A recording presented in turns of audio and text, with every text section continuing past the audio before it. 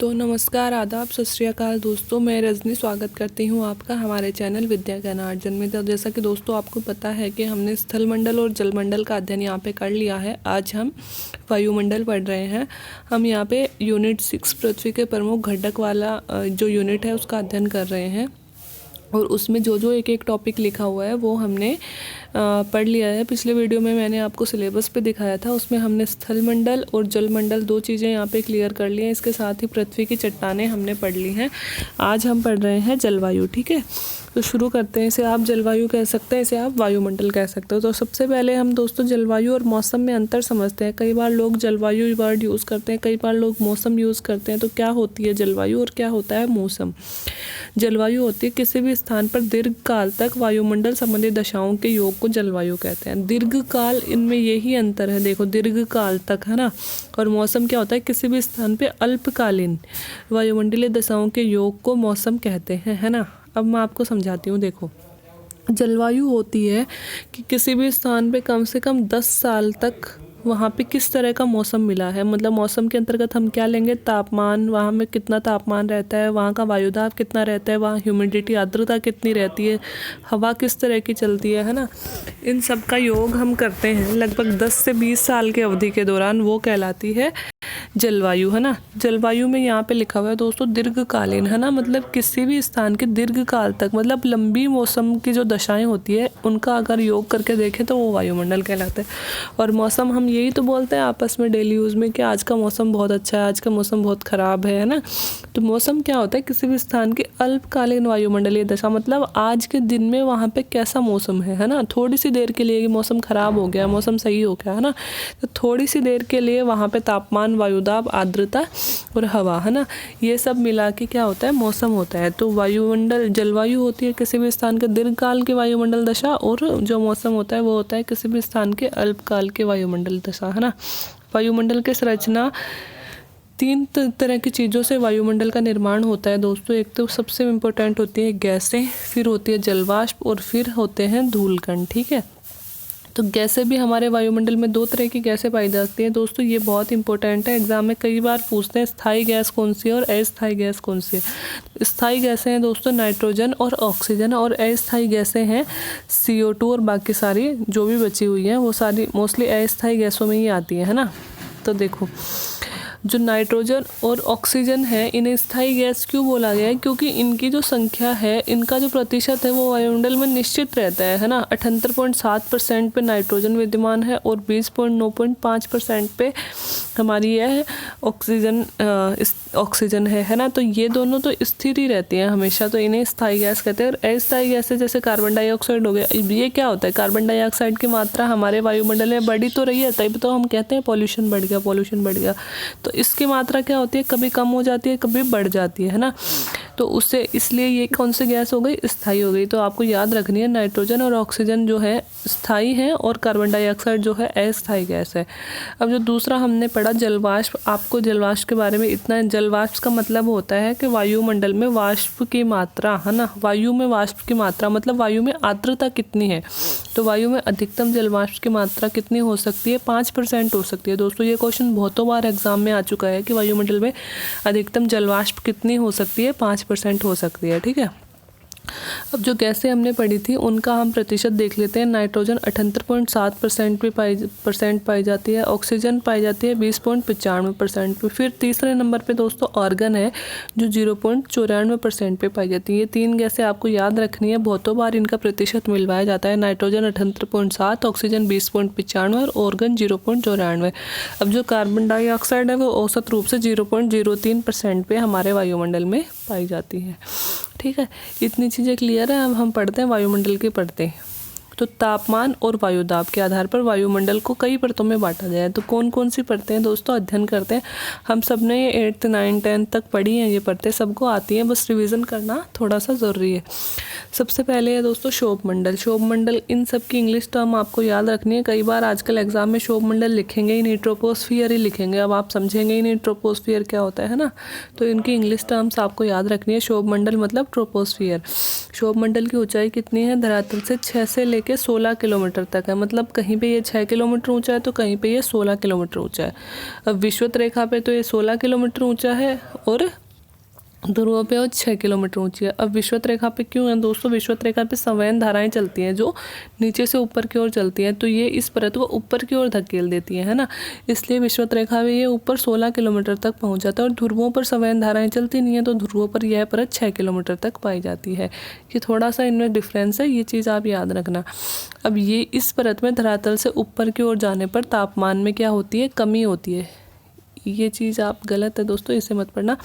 ऊपर की ओर जाने पर तापमान में क्या होती है? कमी होती है। हम सबको बताया कि जैसे ही हम धरातल से ऊपर की ओर जाते हैं तापमान में कमी होती है ना। जैसे कि हम नीचे रहते हैं, जैसे पृथ्वी पर हैं और पृथ्वी से किसी ऊंचे पर्वत पे जाते हैं, हम नहीं जाते पहाड़ों पे घूमने जाते हैं, जैसे कुल्लू मनाली हो गया, हिमालय पर्वत हो गया, तो इन पे जाते हैं। तो क्यों जाते हैं? क्योंकि वहाँ की जलवायु ठंडी है, वहाँ का मौसम ठंडा होता है। क्यों ठंडा होता है? क्योंकि जो जो हम सागर तल से ऊपर की ओर जाएंगे त्यों त्यों वायुमंडल में कमी आती जाएगी। और यह कमी कितनी आती है?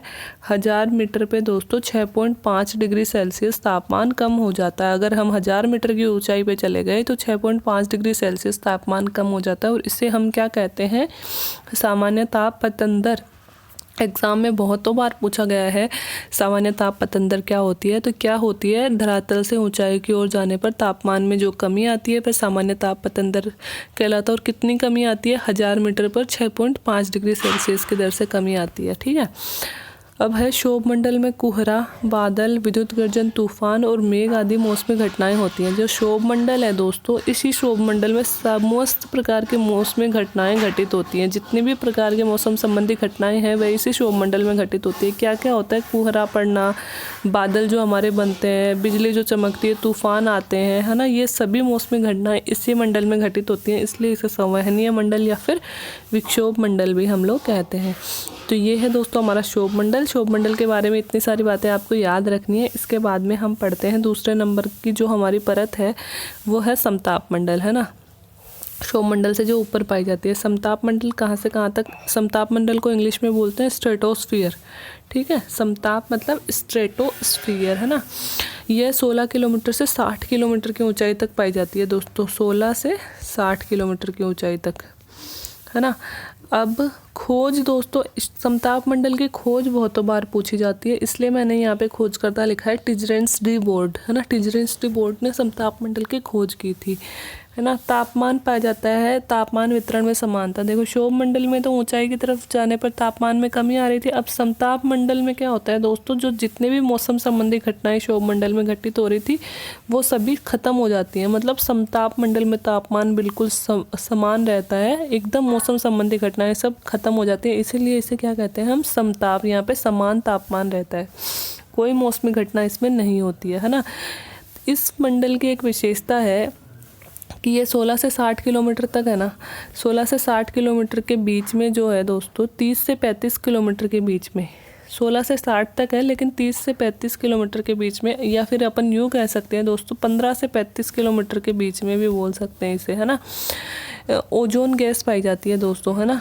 और जहाँ तक ओजोन गैस पाई जाती है इसकी मुख्यतः इसे आप वैसे ओजोन गैस 15 से 35 किलोमीटर तक अगर औसत पूछे तो इतना है। और इसमें भी सबसे ज़्यादा कहाँ पाई जाती है? 30 से 35 किलोमीटर तक, है ना।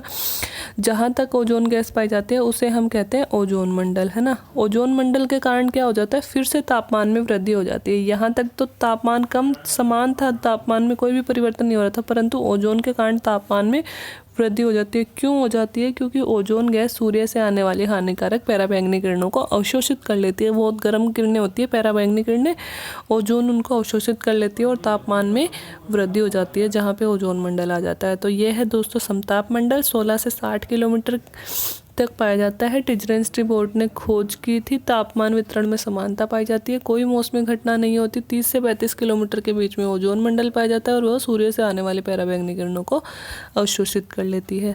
अब चौथा है, तीसरी मंडल है दोस्तों, कई लोग समताप मंडल और ओजोन मंडल को अलग अलग भी रखते हैं दोस्तों, दो परतें भी बोल सकते हैं इन्हें, लेकिन हमने यहाँ पे एक ही जगह पे इसे रखा है। फिर है आयन मंडल।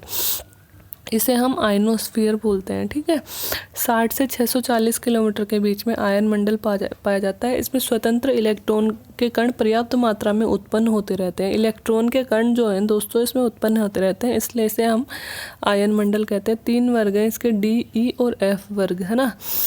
अब इनकी भी निश्चित ऊंचाई है, उतना मैं आपको नहीं पढ़ाऊंगी, बस आप ये याद रखना जो ई वर्ग है ना, ये रेडियो से आने वाली जो मध्यम तरंगे होते हैं उन्हें परावर्तित करता है, और जो एफ वर्ग है वे रेडियो से आने वाली लघु तरंगों को परावर्तित करना है। मध्यम तरंगे कौन से होते हैं, मीडियम वेव्स, और लघु तरंगे कौन से होते हैं, शॉर्ट वेव्स। तो ये चीज़ इंपॉर्टेंट है यहाँ पे कि ई तरंगों से तो मध्यम तरंगे अपरावर्तित होती है और एफ वर्ग से क्या, लघु तरंगे परावर्तित होती हैं, और यह 60 से 640 किलोमीटर के बीच में पाई जाती है। और इलेक्ट्रॉन के कण पर्याप्त मात्रा में मिलने के कारण ही इसे हम आयन मंडल बोलते हैं।